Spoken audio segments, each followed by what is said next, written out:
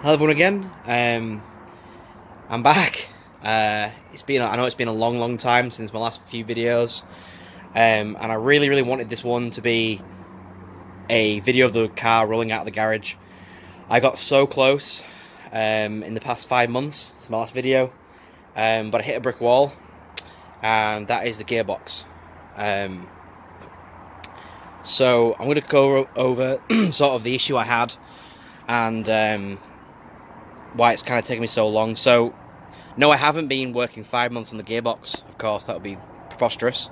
I have had lots of other things going on, a few holidays and a couple of other issues in my life, and I haven't really had a chance to spend as much time on the Capri as I really wanted to.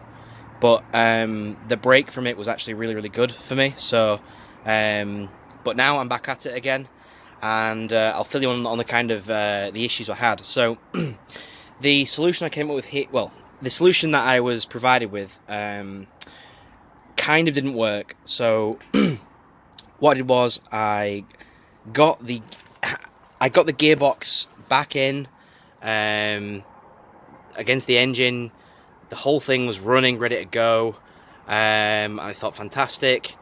And I went to fill the hydraulic reservoir up to test the clutch and everything else. And the second that I added hydraulic fluid, it just leaked. It leaked out of here.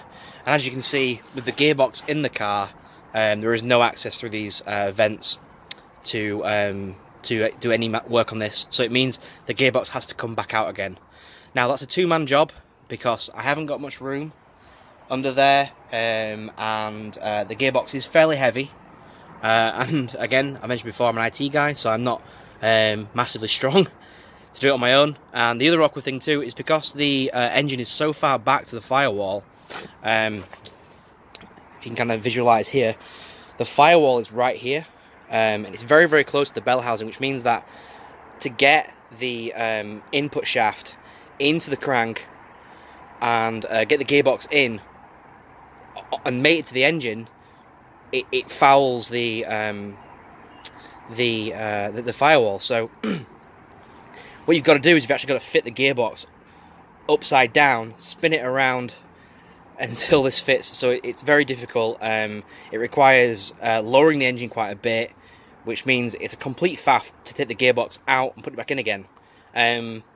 Which means if there's an issue like we had here with it when it was leaking, that's a massive sort of you know, hit to my time, and a massive knockback is the word I was looking for.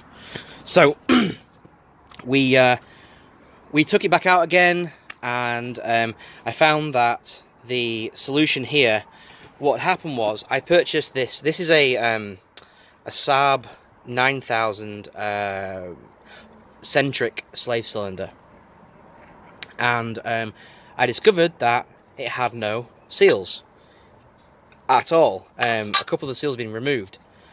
Like there's an O-ring here on the back that had gone, and of course I didn't know. It's the first time I'd ever really used this sort of equipment before, so I didn't know that. And the minute I added fluid, of course the whole thing leaked out and the gearbox had to come out. Now that's fine. I bought a whole new seal kit and redid all the seals, refurbished it and everything else, and put the system back together again, and it leaked again.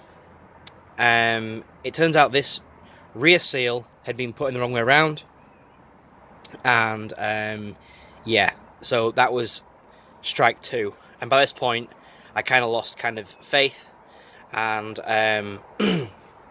got close to giving up on this gearbox solution. Now what this gearbox is, obviously it's the Type 9 5-speed box, and this bell housing here, you can see it's not actually one whole piece. This bell housing is a Borg Warner Type 65 bell housing. Now it's off a automatic Rover P6B or P5B, I can't remember, but if you look for a V8 Rover P5 or P6B, and that mates to the Rover V8 here, and it has a nice space like this where you can fashion a circular adapter plate with the 4 bolts into the transmission. Then what's happened here is a couple of restraint things have been welded in, and some hydraulic hose holes drilled.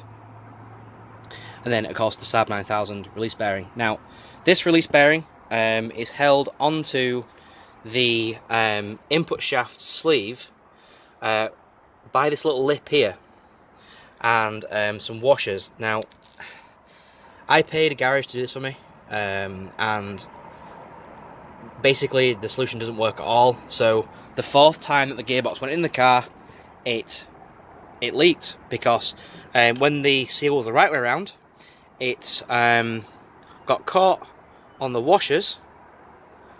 You see here, let's let the camera focus a little bit. Damaged bits in there, and that caused another leak. So the 4th time the gearbox went in, it leaked again. In fact, it's leaking on my drive. This thing is cursed, and it kind of really knocked me back a little bit.